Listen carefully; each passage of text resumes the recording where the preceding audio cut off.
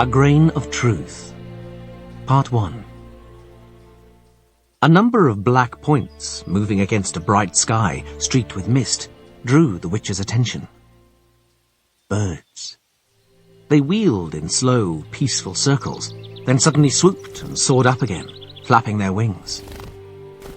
The witcher observed the birds for a long time, then, bearing in mind the shape of the land, density of the wood, depth and course of the ravine which he suspected lay in his path, calculated the distance to them and how long he would take to cover it. Finally, he threw aside his coat and tightened the belt across his chest by 2 holes. The pommel and hilt of the sword, strapped across his back, peeked over his shoulder. "We'll go a little out of our way, Roach," he said. "We'll take a detour from the highway. I don't think the birds are circling there for nothing." The mare walked on, obedient to Geralt's voice. "Maybe it's just a dead elk," said Geralt. "But maybe it's not. Who knows?" There was a ravine, as he had suspected. The witcher scanned the crowns of the trees, tightly filling the rift. But the sides of the gully were gentle, the riverbed dry and clear of blackthorns and rotting tree trunks. He crossed it easily. On the other side was a copse of birches, and behind it a large glade, heath and undergrowth, which threw tentacles of tangled branches and roots upwards. The birds, scared away by the appearance of a rider, soared higher, croaking sharply in their hoarse voices. Geralt saw the first corpse immediately. The white of the sheepskin jacket and matte blue of the dress stood out clearly against a yellowing clump of sedge. He didn't see the second corpse, but its location was betrayed by 3 wolves sitting calmly on their haunches, watching the witcher. His mare snorted, and the wolves, as if at a command, unhurriedly, trotted into the woods, every now and again turning their triangular heads to watch the newcomer. Geralt jumped off his horse. The woman in the sheepskin and blue dress had no face or throat, and most of her left thigh had gone. The witcher, not leaning over, walked by her. The man lay with his face to the ground. Geralt didn't turn the body over, seeing that the wolves and birds hadn't been idle. And there was no need to examine the corpse in detail. The shoulders and back of the woolen doublet were covered with thick black rivulets of dried blood. It was clear the man had died from a blow to the neck, and the wolves had only found the body afterwards. On a wide belt next to a short cutlass in a wooden sheath, the man wore a leather purse. The witcher tore it off and, item by item, threw the contents on the grass. A tinderbox, a piece of chalk, sealing wax, a handful of silver coins, a folding shaving knife with a bone handle, a rabbit's ear, 3 keys, and a talisman with a phallic symbol. 2 letters written on canvas were damp with rain and dew, smudged beyond readability. The 3rd, written on parchment, was also ruined by damp, but still legible. It was a credit note made out by the Dwarves' Bank in Murivel to a merchant called Rulla Asper, or Aspen. It wasn't for a large sum. Bending over, Geralt lifted the man's right hand. As he had expected, the copper ring digging into the swollen blue finger carried the sign of the Armourers' Guild, a stylized helmet with visor, 2 crossed swords, and the rune A engraved beneath them. The witcher returned to the woman's corpse. As he was turning the body over, something pricked him in the finger. A rose, pinned to the dress. The flower had withered, but not lost its colour. The petals were dark blue, very dark blue. It was the first time Geralt had seen such a rose. He turned the body over completely and winced. On the woman's bare and bloody neck were clear bite marks, and not those of a wolf. The witcher carefully backed away to his horse. Without taking his eyes from the forest edge, he climbed into the saddle. He circled the glade twice, and, leaning over, looked around, examining the ground closely. "So, Roach," he said quietly, "the case is reasonably clear. The armourer and the woman arrived on horseback from the direction of the forest. They were on their way home from Murivel. because nobody carries an uncashed credit note for long. Why they were going this way and not following the highway, I don't know. But they were crossing the heath side by side, and then, again, I don't know why, they both dismounted, or fell from their horses. The armourer died instantly. The woman ran, then fell and died, and whatever attacked her, which didn't leave any tracks, dragged her along the ground, with her throat in its teeth. The horses ran off. This happened 2 or 3 days ago. The mare snorted restlessly, reacting to his tone of voice. The thing which killed them, continued Geralt, watching the forest's edge, was neither a werewolf nor a leshy. Neither would have left so much for the scavengers. If there were swamps here, I'd say it was a kikimora or a viper. But there aren't any swamps here. Leaning over, the Witcher pulled back the blanket which covered the horse's side and uncovered another sword strapped to the saddlebag, one with a shining, ornate guard and black corrugated hilt. Well, Roach, we're taking a roundabout route. We better check why this armourer and woman were riding through the forest, not along the highway. If we pass by ignoring such incidents, we won't ever earn enough for your oats, will we? The mare obediently moved forward across the heath, carefully sidestepping hollows. Although it's not a werewolf, we won't take any risks, the Witcher continued, taking a bunch of dried monk's head from a saddlebag and hanging it by the bit. The mare snorted. Geralt unlaced his tunic a little and pulled out a medallion engraved with a wolf with bared jaws. The medallion, hanging on a silver chain, bobbed up and down in rhythm to the horse's gait, sparkling in the sun's rays like mercury.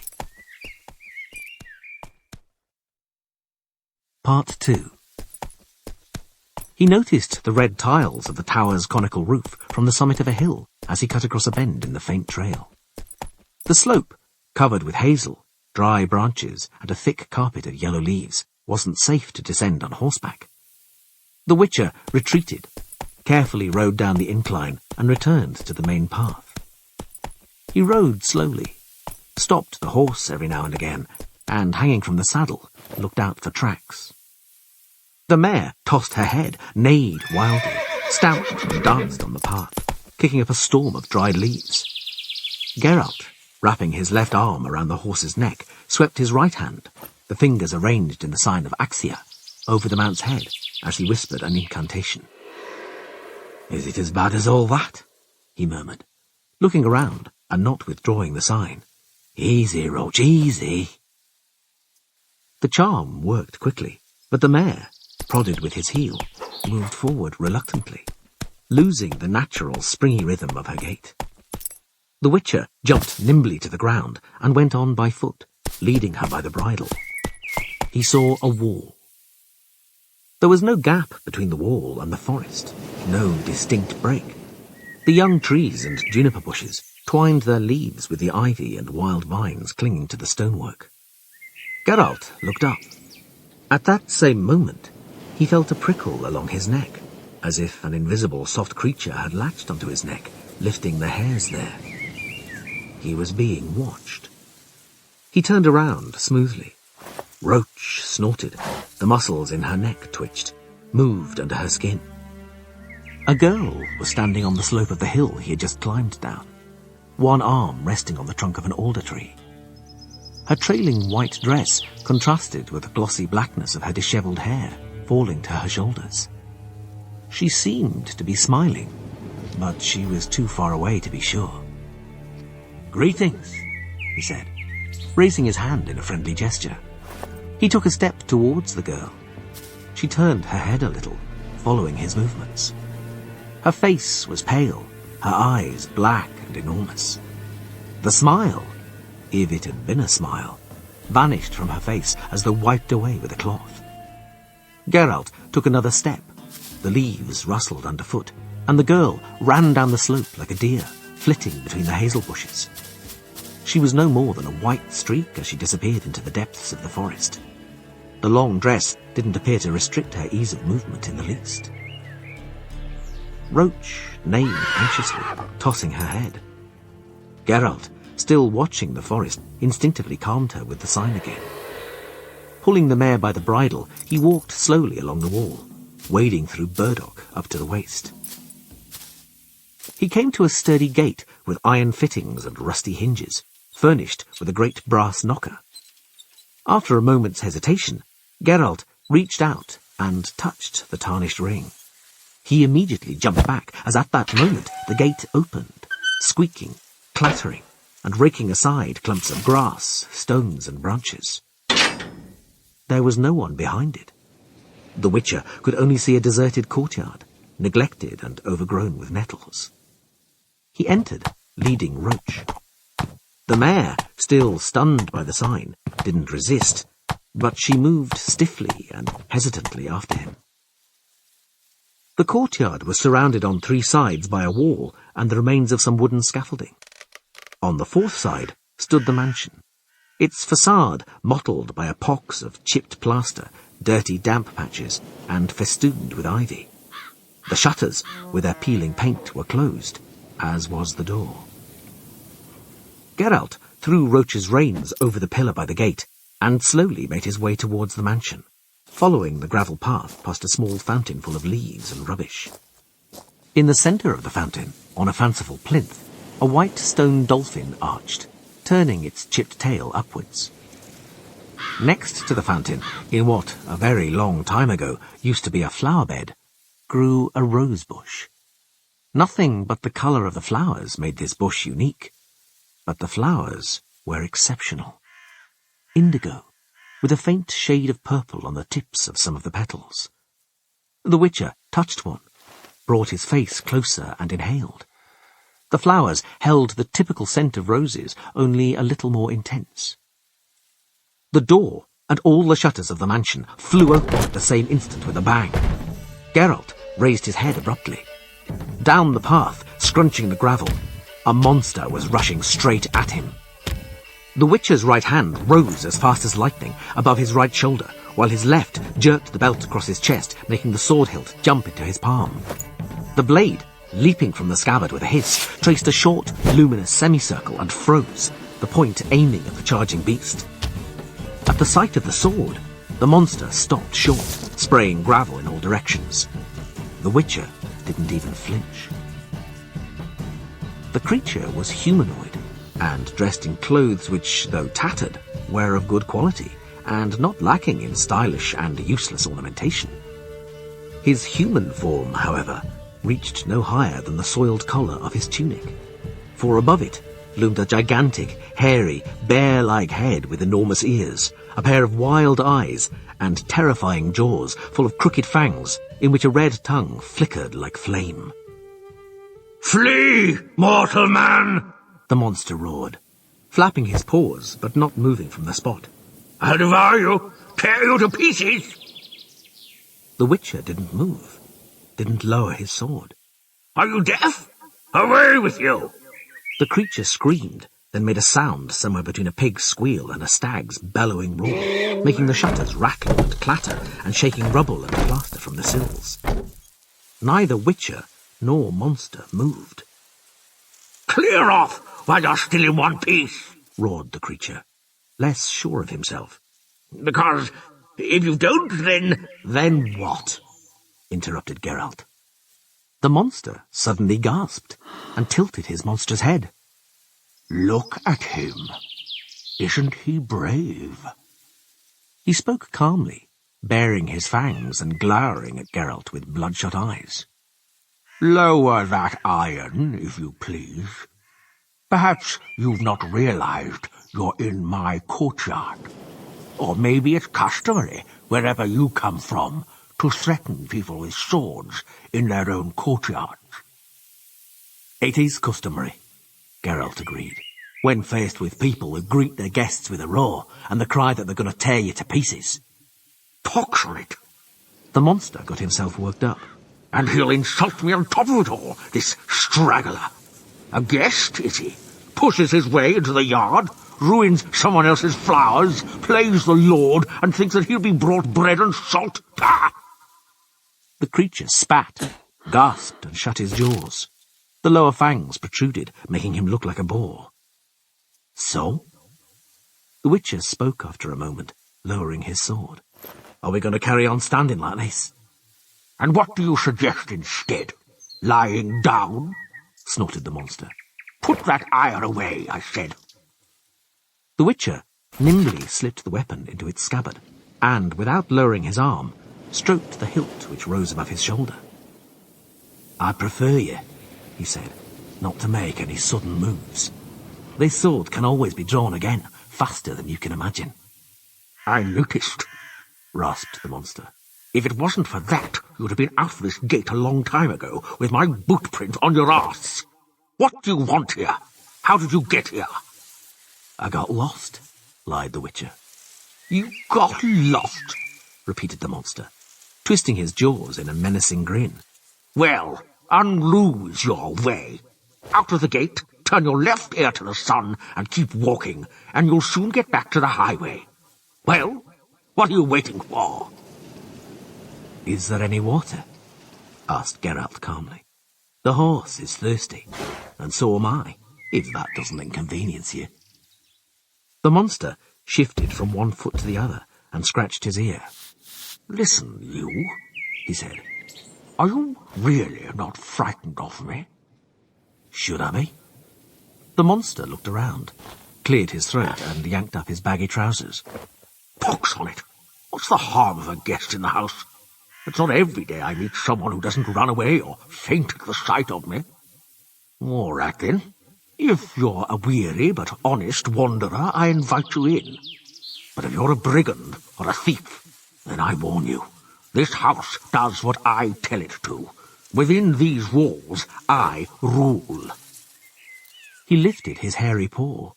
All the shutters clattered against the wall once more, and deep in the dolphin stone gullet, something rumbled. I invite you in, he repeated. Geralt didn't move, scrutinizing him. Do you live alone? What's that to do with you? Said the monster angrily, opening his jaws, then croaked loudly. Oh, I see. No doubt you'd like to know whether I've got 40 servants, all as beautiful as me. I don't. Well, pox, are you going to make use of my generous invitation? If not, the gate's over there. Geralt bowed stiffly. I accept your invitation, he said formally. I won't slight the right of hospitality. My house is your house, the monster said in return, just as formally, although a little offhandedly. This way, please, dear guest, and leave the horse here by the well. The interior was in need of extensive repair, although it was reasonably clean and tidy. The furniture had been made by skilled craftsmen, if a very long time ago. A pungent smell of dust hung in the dark rooms. Light, growled the monster, and the torch in its iron bracket burst into flames and sooty smoke. Not bad, remarked the Witcher. The monster cackled. That's it. I see you won't be amazed by any old trick. I told you this house obeys my commands. This way, please. Careful. The stairs are steep. Light! On the stairs, the monster turned. What's that around your neck, dear guest? Have a look. The creature took the medallion in his paw, lifted it up to his eyes, tightening the chain around Geralt's neck a little. The animal has an unpleasant expression. What is it? My guild's badge. Ah, you make muzzles, no doubt. This way, please. Light! The centre of the large room, completely devoid of windows, was taken up by a huge oak table, empty apart from an enormous brass candlestick, slowly turning green and covered with trickles of hardened wax.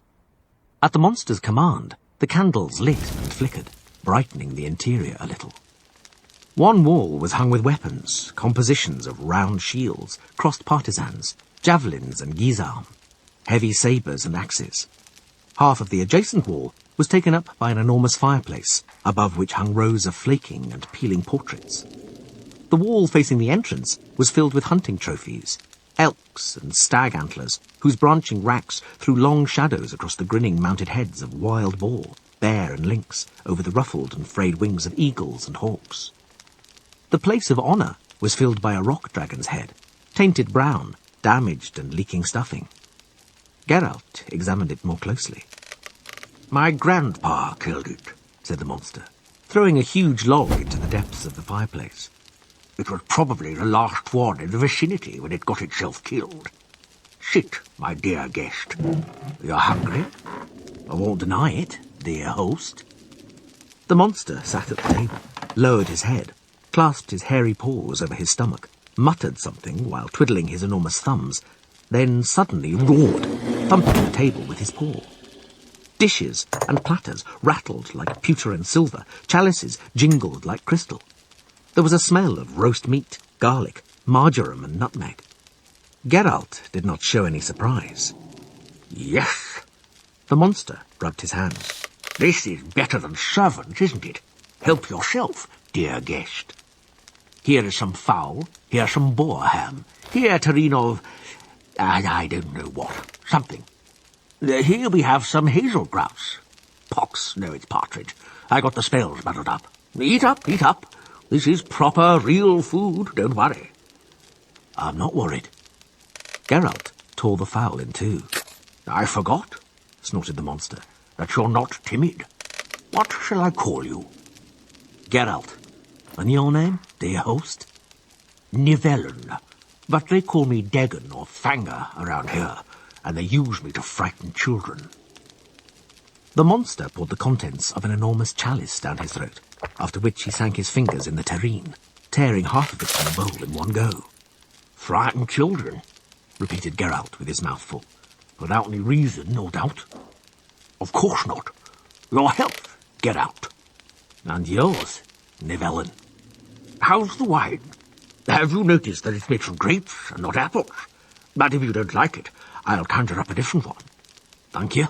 It's not bad. Are your magical powers innate? No, I've had them since growing this. This trap, that is. I don't know how it happened myself, but the house does whatever I wish. Nothing very big. I can conjure up food, drink, clothes, clean linen, hot water, soap. Any woman can do that, and without using magic at that. I can open and close windows and doors. I can light a fire. Nothing very remarkable. It's something. And this trap, as you call it, have you had it long? 12 years. How did it happen? What's it got to do with you? Pour yourself some more wine.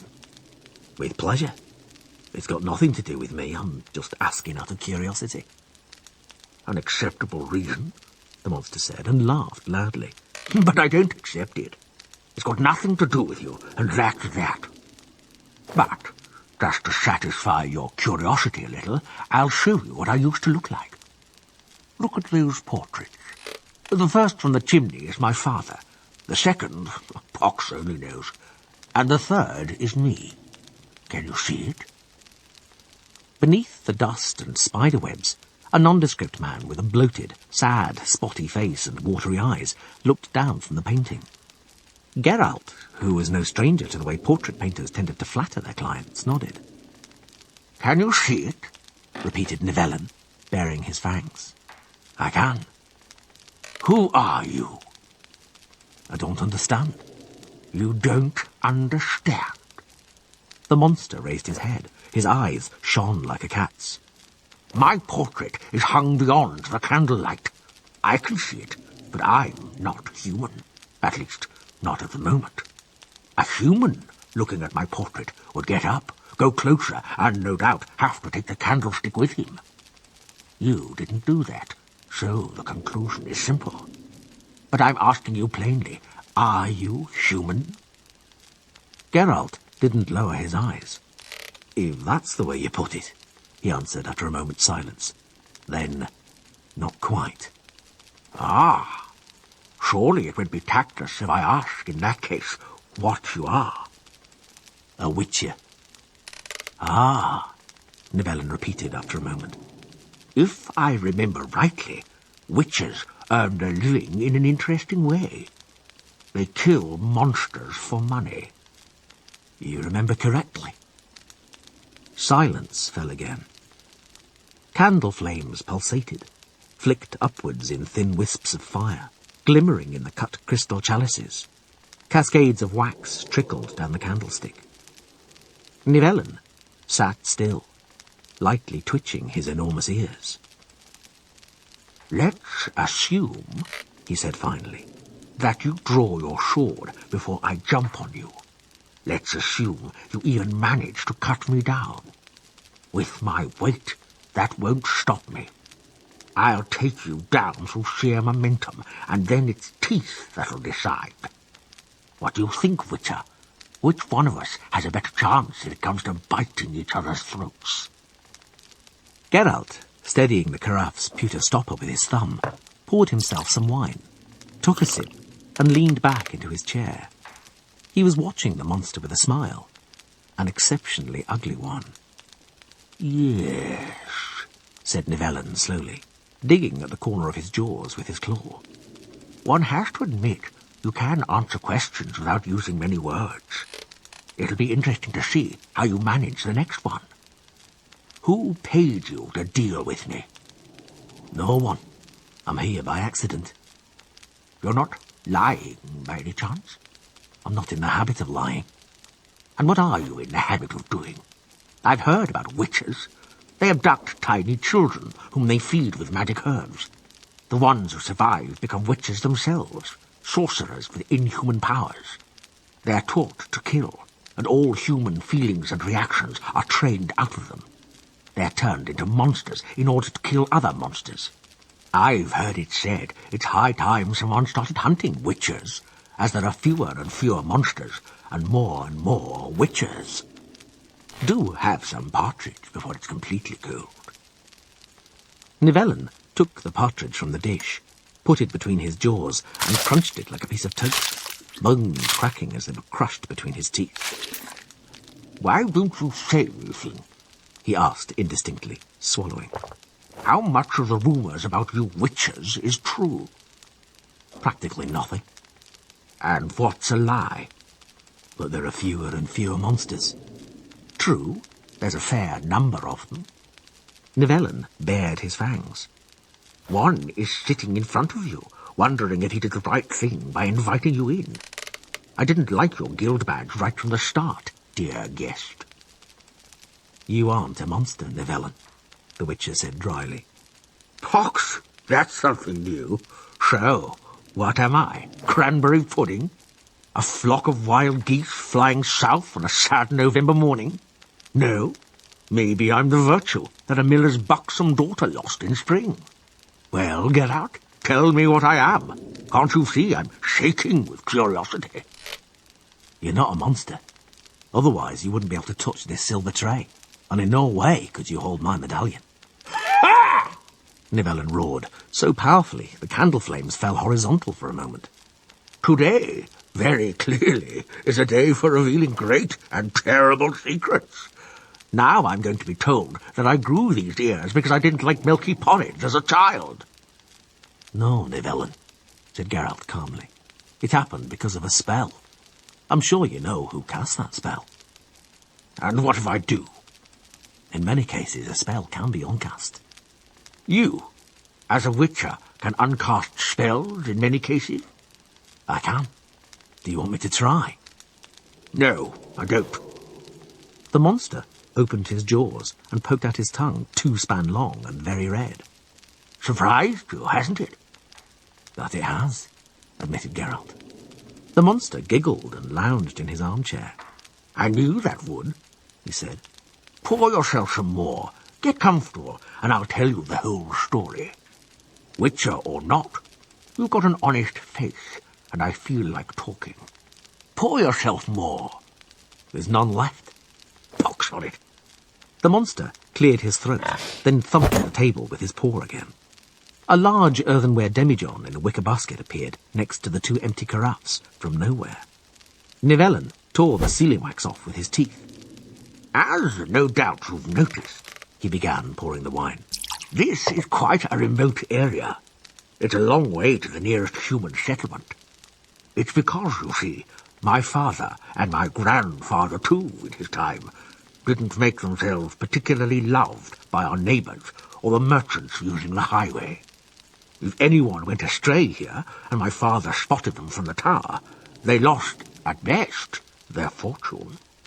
And a couple of the nearer settlements were burnt because father decided the levies were being paid tardily. Not many people liked my father, except for me, naturally.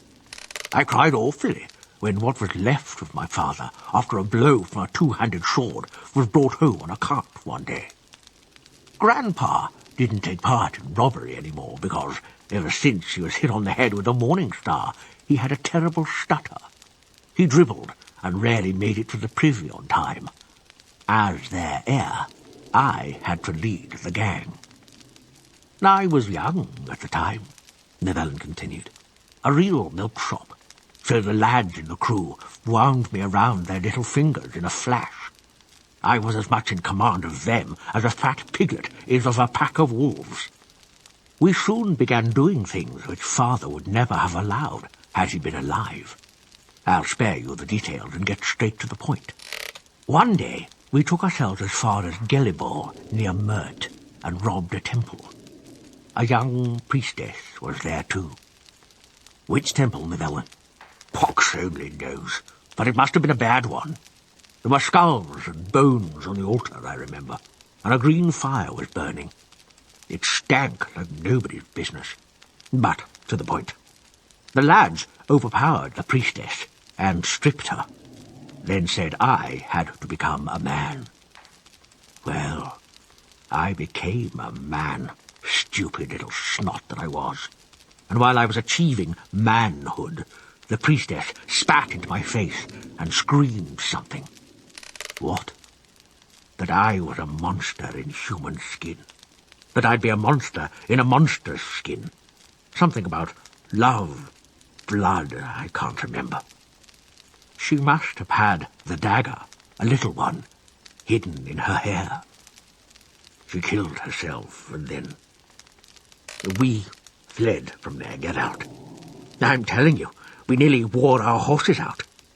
It was a bad temple. Go on. Then it was as the priestess had said. A few days later, I woke up, and as the servants saw me, they screamed and took to their heels. I went to the mirror. You see, Geralt, I panicked, had some sort of an attack. I remember it almost through a haze. To put it briefly, corpses fell. Several. I used whatever came to hand, and I'd suddenly become very strong. And the house helped as best it could. Doors slammed, furniture flew in the air, fires broke out. Whoever could get out ran away in a panic. My aunt and cousin, the lads from the crew. What am I saying? Even the dogs howled and cowered. My cat, Glutton, ran away. Even my aunt's parrot kicked the bucket out of fear. I was alone, roaring, howling, going mad, smashing whatever came to hand, mainly mirrors. Llewellyn paused, sighed and sniffed. When the attack was over, he resumed after a while, it was already too late. I was alone. I couldn't explain to anyone that only my appearance had changed, that although in this horrible shape, I was just a stupid youngster, sobbing over the servants' bodies in an empty manor. I was afraid they'd come back and kill me before I could explain. But nobody returned. The monster grew silent for a moment and wiped his nose on his sleeve. I don't want to go back to those first months, Geralt.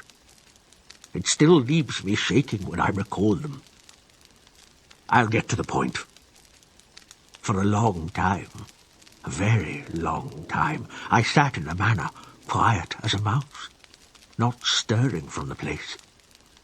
If anyone appeared, which rarely happened, I wouldn't go out.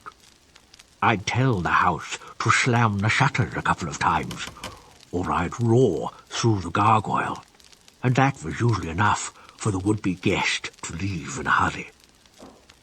So that's how it was, until one day I looked out of the window one pale dawn, and what did I see? Some trespasser stealing a rose from my aunt's bush. And it isn't just any old rose bush. These are blue roses from Nazaire. It was grandfather who brought the seedlings. I flew into a fury and jumped outside. The fat trespasser, when he got his voice back, he'd lost it when he saw me, squealed that he only wanted a few flowers for his daughter, that I should spare him, spare his life and his health. I was just ready to kick him out of the main gate, when I remembered something. Stories, Linka, my nanny, the old bag, used to tell me. Pox on it, I thought. If pretty girls turn frogs into princes, or the other way round, then maybe there's a grain of truth in these stories. A chance. I leapt 4 yards, roared so loud Wild Vine tumbled from the wall, and I yelled, "Your daughter or your life!" Nothing better came to mind. The merchant, for he was a merchant, began to weep, then confessed that his daughter was only 8. "Are you laughing?" "No." I didn't know whether to laugh or cry over my shitty fate. I felt sorry for the old trader. I couldn't watch him shake like that. I invited him inside, made him welcome, and when he was leaving, I poured gold and precious stones into his bag. There was still a fair fortune in the cellar from Father's Day. I hadn't quite known what to do with it, so I could allow myself this gesture. The merchant beamed and thanked me so profusely that he slobbered all over himself. He must have boasted about his adventure somewhere, because not 2 weeks had gone by when another merchant appeared. He had a pretty large bag ready with him, and a daughter, also pretty large. Llewellyn extended his legs under the table and stretched until the armchair creaked. "I came to an understanding with the merchant in no time," he continued. "He'd leave her with me for a year. I had to help him load the sack onto his mule. He wouldn't have managed by himself." "And the girl?" "She had fits at the sight of me for a while. She really thought I'd eat her. But after a month, we were eating at the same table, chatting and going for long walks. She was kind and remarkably smart, and I'd get tongue-tied when I talked to her. You see, Geralt, I was always shy with girls, always made a laughing-stock of myself, even with wenches from the cowshed, with dung up to their knees. Girls, the lads from the crew, turned over this way and that at will. Even they made fun of me. To say nothing of having a maw like this. I couldn't even make myself say anything about why I had paid so dearly for a year of her life. The year dragged like the stench following marauding troops, until at last the merchant arrived and took her away. I locked myself in the house, resigned, and didn't react for several months to any of the guests who turned up with daughters. But after a year spent with company, I realized how hard it was to live without anyone to talk to.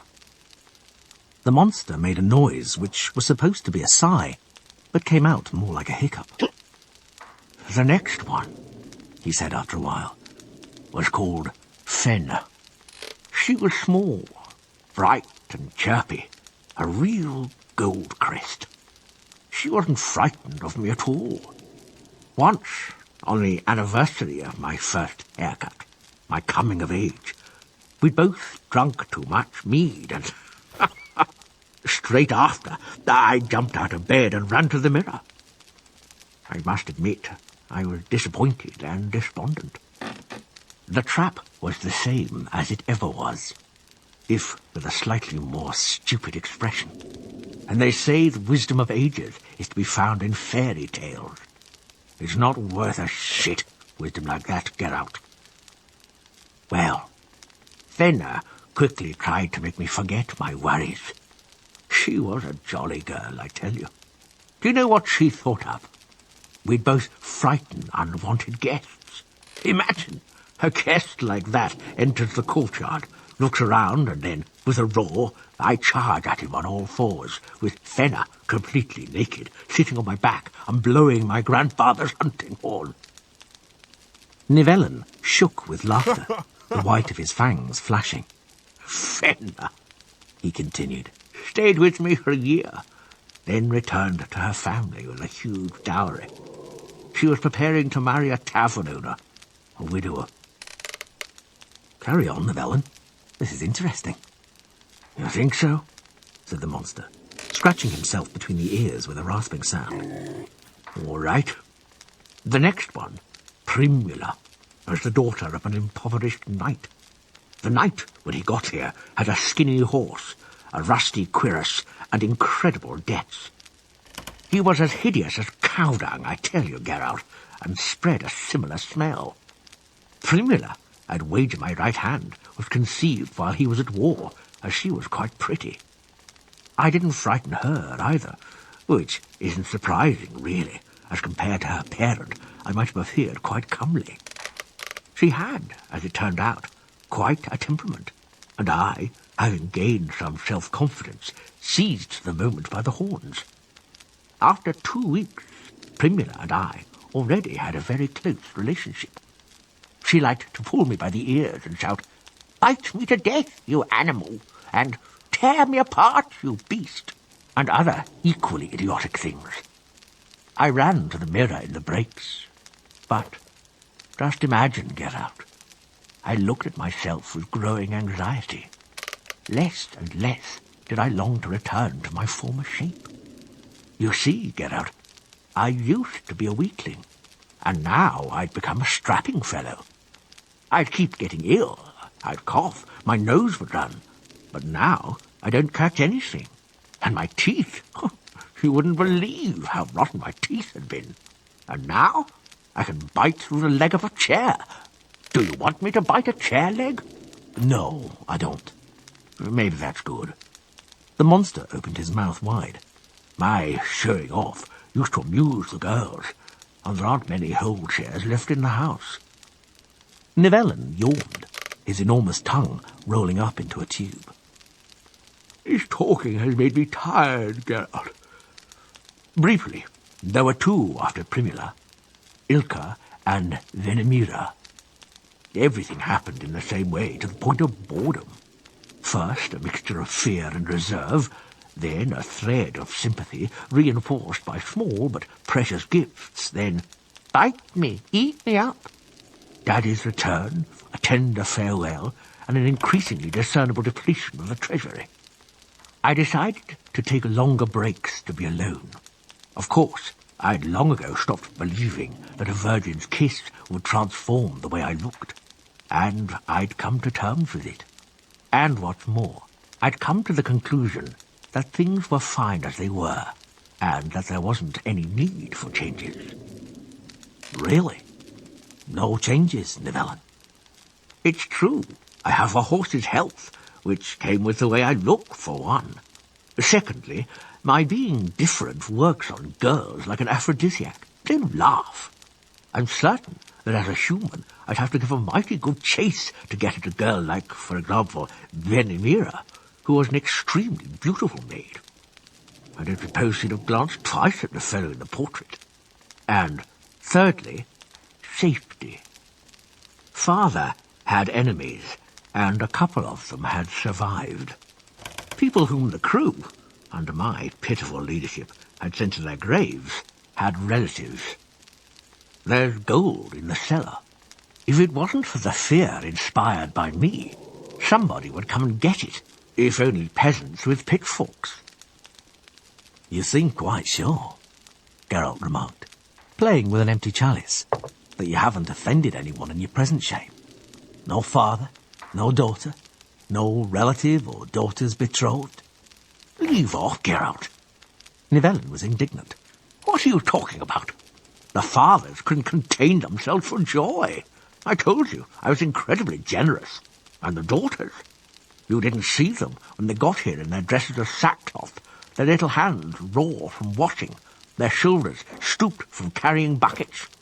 Even after 2 weeks with me, Primula still had marks on her back and thighs from the strap her knightly father had beaten her with. They walked around like princesses here, carried nothing but a fan, and didn't even know where the kitchen was. I dressed them up and covered them with trinkets. At the click of a finger, I'd conjure up hot water in the tin bath father had plundered for my mother at Isengard. Can you imagine? A tin bath? There's hardly a regent, what am I saying? Hardly a lord who's got a tin bath at home. This was a house from a fairy tale for them, get out. And as far as bed is concerned, well, pox on it, virtue is rarer today than a rock dragon. I didn't force any of them, get out. But you suspected someone had paid me to kill you. Who would have? A scoundrel who wanted the contents of my cellar but didn't have any more daughters, Nivellen said emphatically. Human greed knows no limits. And nobody else? And nobody else.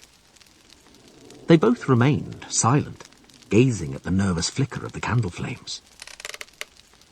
Nivellen, said the Witcher suddenly, are you alone now? Witcher, answered the monster, after a moment's hesitation. I think that, in principle, I ought to insult you, take you by the neck and throw you down the stairs. Do you know why? Because you treat me like a dimwit. I noticed how you've been cocking your ears and glancing at the door. You know perfectly well that I don't live alone. Am I right? You are. I'm sorry. Pox on your apologies. Have you seen her? Yes, in the forest by the gate. Is she why merchants and daughters have been leaving here empty-handed for some time? So, you know about that too? Yes, she's the reason. Do you mind if I ask whether... Yes, I do mind. Silence again. Oh, well, it's up to you, the Witcher finally said, getting up. Thanks for your hospitality, dear host. Time I was on my way. Quite right. Nivellen also got up. For certain reasons, I can't offer you a room in the manor for the night, and I don't encourage you to spend the night in these woods. Ever since the area's been deserted, it's been bad at night here. You ought to get back to the highway before dusk. I'll bear that in mind, Nivellen. Are you sure you don't need my help? The monster looked at him askance. You think you could help me? You'd be able to lift this from me? I wasn't only thinking about that sort of help. You didn't answer my question. Although, you probably did. You wouldn't be able to. Geralt looked him straight in the eyes. You had some bad luck, he said. Of all the temples in Gelibol and the Nimnar Valley, you picked the Church of Coram Agtera, the lion-headed spider. In order to lift the curse thrown by the priestess of Coram Agtera, you need knowledge and powers which I don't possess. And who does? So, you are interested after all. You said things were fine as they are. As they are, yes, but not as they might be. I'm afraid that... What are you afraid of? The monster stopped at the door to the room and turned. I've had enough of your questions, Witcher, which you keep asking instead of answering mine. Obviously, you've got to be asked in the right way. Listen. For some time now, I've had hideous dreams. Maybe the word monstrous would be more accurate. Am I right to be afraid? Briefly, please. Have you ever had muddy feet after waking from such a dream? Conifer needles in your sheets? No. And have no. Briefly, please. You're rightly afraid. Can anything be done about it? Briefly, please. No. Finally. Let's go. I'll see you out. In the courtyard, as Geralt was adjusting the saddlebags, Nivellen stroked the mare's nostrils and patted her neck. Roach, pleased with the caress, lowered her head. Animals like me, boasted the monster, and I like them too. My cat, Glutton, ran away at the beginning, but she came back later. For a long time, she was the only living creature who kept me company in my misfortune. Verena, too." He broke off with a grimace. Geralt smiled. "Does she like cats too?" "Birds." Nivellen bared his teeth. "I gave myself away, pox on it. But what's the harm? She isn't another merchant's daughter, Geralt, or another attempt to find a grain of truth in old folk tales. It's serious. We love each other. If you laugh, I'll sock you one." Geralt didn't laugh. "You know your Verena," he said, "is probably a Rusalka." "I suspected as much. Slim, dark. She rarely speaks, and in a language I don't know. She doesn't eat human food. She disappears into the forest for days on end, then comes back. Is that typical?" "More or less." The Witcher tightened Roach's girth strap. "No doubt you think she wouldn't return if you were to become human." "I'm sure of it. You know how frightened Rusalkas are of people. Hardly anybody's seen a Rusalka from up close, but Verena and I... Pox on it. Take care, Geralt." "Take care, Nivellen." The Witcher prodded the mare in the side with his heel and made towards the gate. The monster shuffled along at his side. "Geralt?" "Yes?" "I'm not as stupid as you think. You came here following the tracks of one of the merchants who'd been here lately. Has something happened to one of them?" "Yes." "The last was here 3 days ago, with his daughter. Not one of the prettiest, by the way.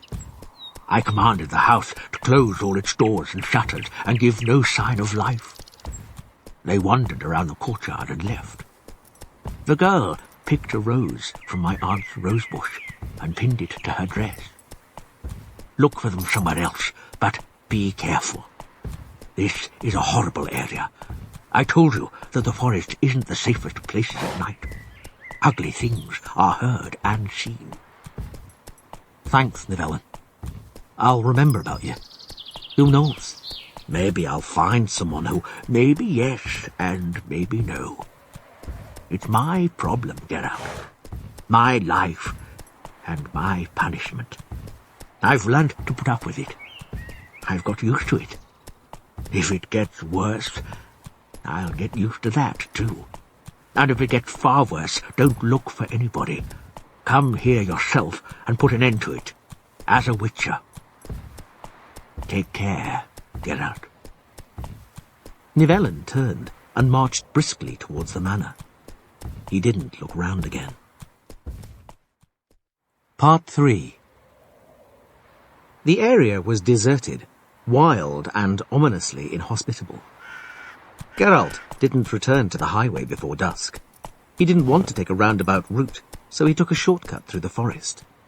He spent the night on the bare summit of a high hill, his sword on his knees, beside a tiny campfire, into which, every now and then, he threw wisps of monkshood.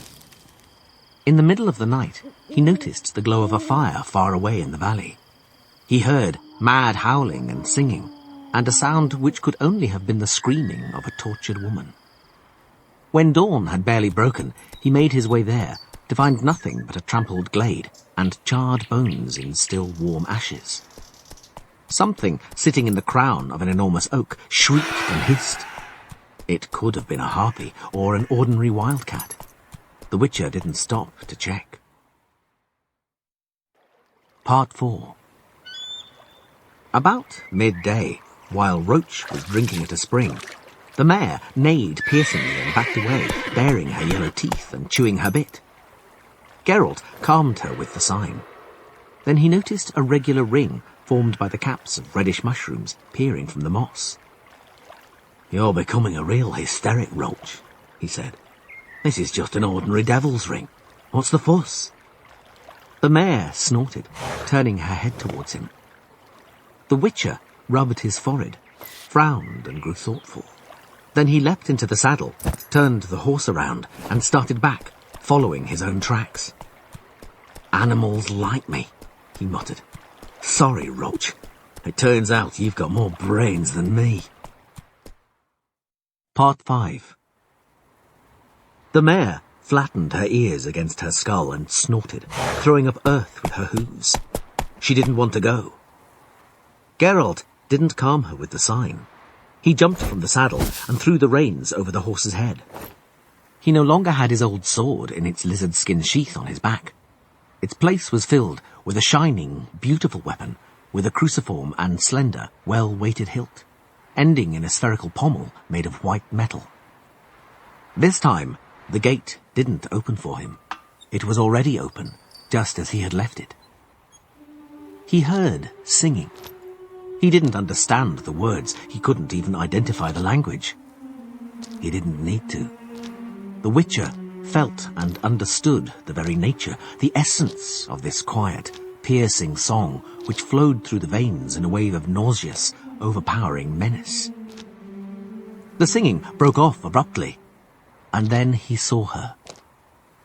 She was clinging to the back of the dolphin in the dried-up fountain, embracing the moss-overgrown stone with her tiny hands, so pale they seemed transparent. Beneath her storm of tangled black hair shone huge, wide-open eyes the colour of anthracite. Geralt slowly drew closer, his step soft and springy, tracing a semicircle from the wall and blue rosebush. The creature, glued to the dolphin's back, followed him with her eyes, turning her petite face with an expression of longing and full of charm. He could still hear her song, even though her thin, pale lips were held tight and not the slightest sound emerged from them. The Witcher halted at a distance of 10 paces. His sword, slowly drawn from its black enamelled sheath, glistened and glowed above his head. "It's silver," he said. "This blade is silver." The pale little face did not flinch. The anthracite eyes did not change expression. "You're so like a Rusalka," the Witcher continued calmly, "that you could deceive anyone. All the more as you're a rare bird, black-haired one. But horses are never mistaken. They recognise creatures like you instinctively and perfectly. What are you? I think you're a Moola or an Alpor. An ordinary vampire couldn't come out in the sun." The corners of the pale lips quivered and turned up a little. "Nivellen attracted you with that shape of his, didn't he? You evoked his dreams. I can guess what sort of dreams they were, and I pity him." The creature didn't move. "You like birds," continued the Witcher, "but that doesn't stop you biting the necks of people of both sexes, does it? You and Nivellen, indeed. A beautiful couple you'd make. A monster and a vampire, rulers of a forest castle. You'd dominate the whole area in a flash. You, eternally thirsty for blood, and he, your guardian, a murderer at your service, a blind tool. But first, he had to become a true monster, not a human being in a monster's mask." The huge black eyes narrowed. "Where is he, black-haired one? You were singing, so you've drunk some blood. You've taken the ultimate measure, which means you haven't managed to enslave his mind. Am I right?" The black-tressed head nodded slightly, almost imperceptibly, and the corners of the mouth turned up even more. The tiny little face took on an eerie expression. "No doubt you consider yourself the lady of this manor now." A nod, this time clearer. "Are you a Moola?" A slow shake of the head. The hiss which reverberated through his bones could only have come from the pale, ghastly, smiling lips, although the Witcher didn't see them move. "Alpor?" Denial. The Witcher backed away and clasped the hilt of his sword tighter. "That means you're—" The corners of the lips started to turn up higher and higher. The lips flew open. "Abruxa!" the Witcher shouted, throwing himself towards the fountain. From behind the pale lips glistened white, spiky fangs. The vampire jumped up, arched her back like a leopard and screamed. The wave of sound hit the Witcher like a battering ram, depriving him of breath, crushing his ribs, piercing his ears and brain with thorns of pain. Flying backwards, he just managed to cross his wrists in the sign of Heliotron. The spell cushioned some of his impact with the wall, but even so, the world grew dark, and the remainder of his breath burst from his lungs in a groan. On the dolphin's back, in the stone circle of the dried-up fountain, were a dainty girl in a white dress that sat just a moment ago. An enormous black bat flattened its glossy body, opening its long, narrow jaws wide, revealing rows of needle-like white teeth. The membranous wings spread and flapped silently, and the creature charged at the Witcher like an arrow fired from a crossbow. Geralt, with a metallic taste of blood in his mouth, shouted a spell, and through his hand, fingers spread in the sign of Quen out in front of him. The bat, hissing, turned abruptly, then chuckled and veered up into the air before diving down vertically, straight at the nape of the Witcher's neck. Geralt jumped aside, slashed and missed. The bat, smoothly, gracefully drew in a wing, circled around him and attacked anew, opening its eyeless, toothed snout wide. Geralt waited, sword held with both hands, always pointed in the creature's direction. At the last moment, he jumped, not to the side, but forward, dealing a swinging cut which made the air howl. He missed. It was so unexpected that he lost his rhythm and dodged a fraction of a second too late. He felt the beast's talons tear his cheek, and a damp, velvety wing slapped against his neck. He curled up on the spot, transferred the weight of his body to his right leg, and slashed backwards sharply, missing the amazingly agile creature again. The bat beat its wings, soared up, and glided towards the fountain. As the crooked claws scraped against the stone casing, the monstrous, slobbering snout was already blurring, morphing, disappearing, although the pale little lips which were taking its place couldn't quite hide the murderous fangs. The Bruxa howled piercingly, modulating her voice into a macabre tune, glared at the Witcher with eyes full of hatred, and screamed again. The sound wave was so powerful, it broke through the sign. Black and red circles spun in Geralt's eyes. His temples and the crown of his head throbbed. Through the pain drilling in his ears, he began to hear voices wailing and moaning, the sound of flute and oboe, the rustle of a gale. The skin on his face grew numb and cold. He fell to one knee and shook his head. The black bat floated towards him silently, opening its toothy jaws. Geralt, still stunned by the scream, reacted instinctively. He jumped up, and in a flash, matching the tempo of his movements to the speed of the monster's flight, took 3 steps forward, dodged, turned a semicircle, and then, quick as a thought, delivered a 2-handed blow. The blade met with no resistance. Almost no resistance. He heard a scream, but this time it was a scream of pain, caused by the touch of silver. The wailing Bruxa was morphing on the dolphin's back. On her white dress, slightly above her left breast, a red stain was visible beneath a slash no longer than a little finger. The Witcher ground his teeth. The cut, which should have sundered the beast in two, had been nothing but a scratch.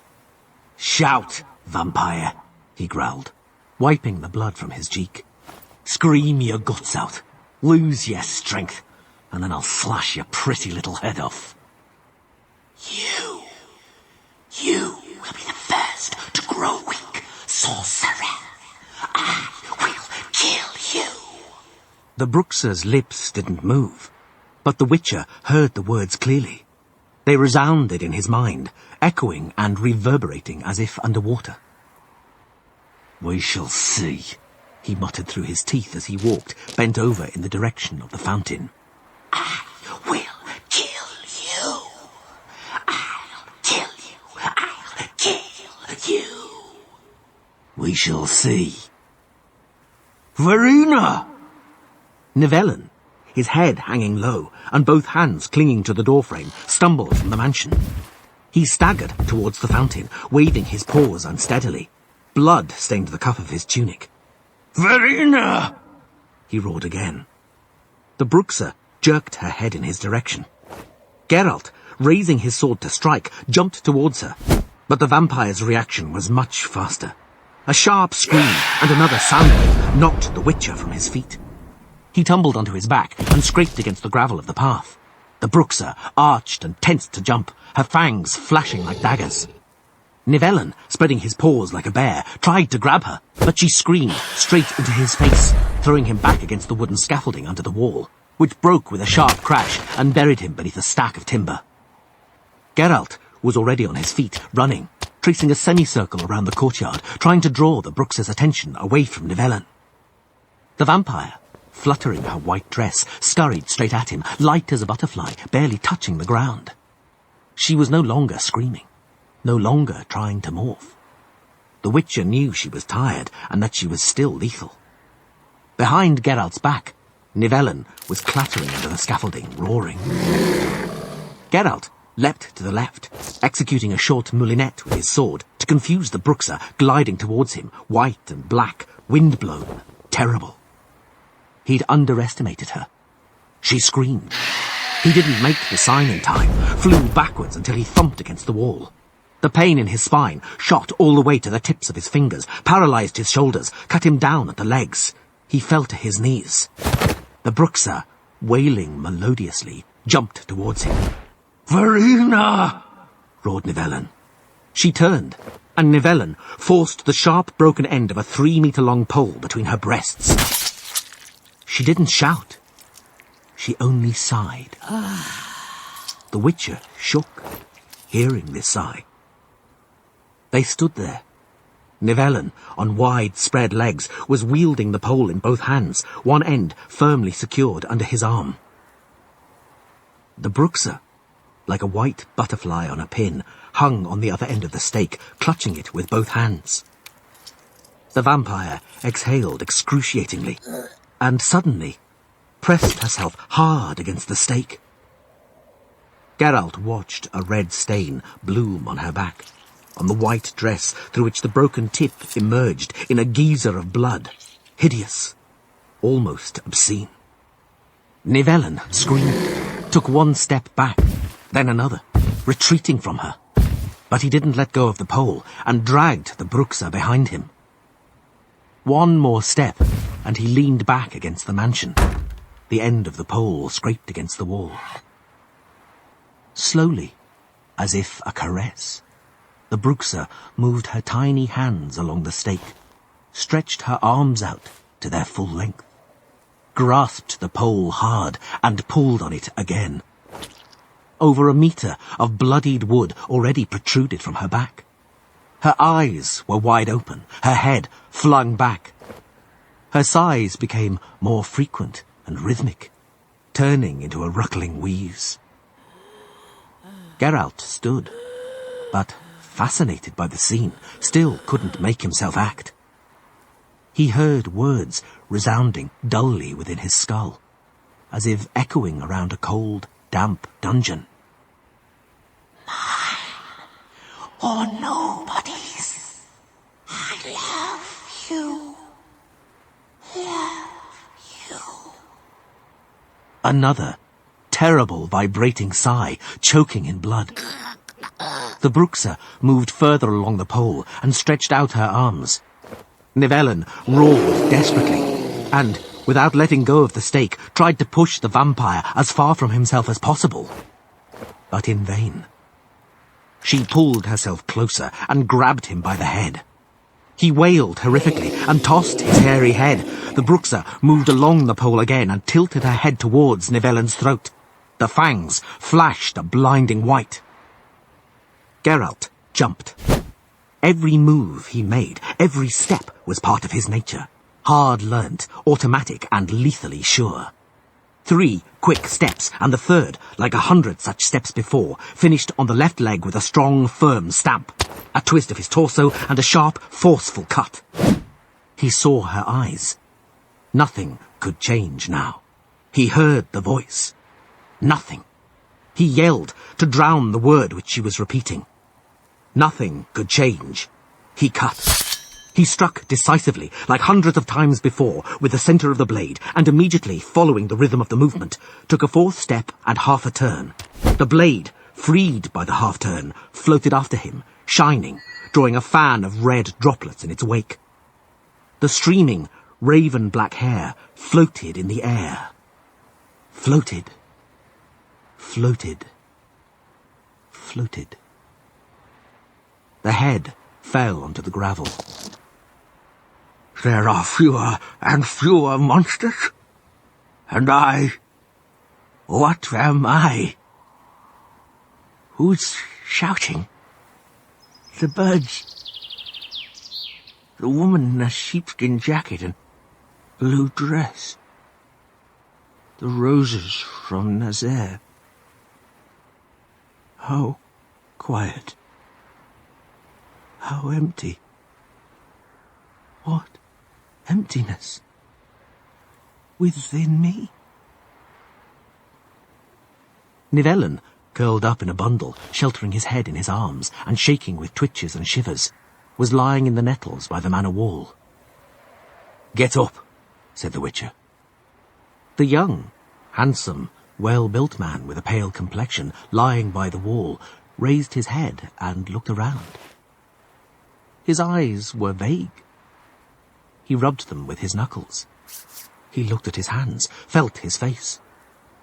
He moaned quietly, and putting his finger in his mouth, ran it along his gums for a long time. He grasped his face again and moaned as he touched the 4 bloody, swollen streaks on his cheek. He burst out, sobbing, then laughed. "Geralt! How come? How did this... Geralt! Get up, Nivellen. Get up and come along. I've got some medicine in my saddlebags. We both need it." "I've no longer got... I haven't. Have I? Geralt? Why?" The Witcher helped him get up, trying not to look at the tiny hands, so pale as to be transparent, clenched around the pole, stuck between the small breasts which were now plastered with a wet red fabric. Nivellen moaned again. "Verena!" "Don't look. Let's go." They crossed the courtyard, holding each other up, and passed the blue rosebush. Nivellen kept touching his face with his free hand. "Incredible, Geralt.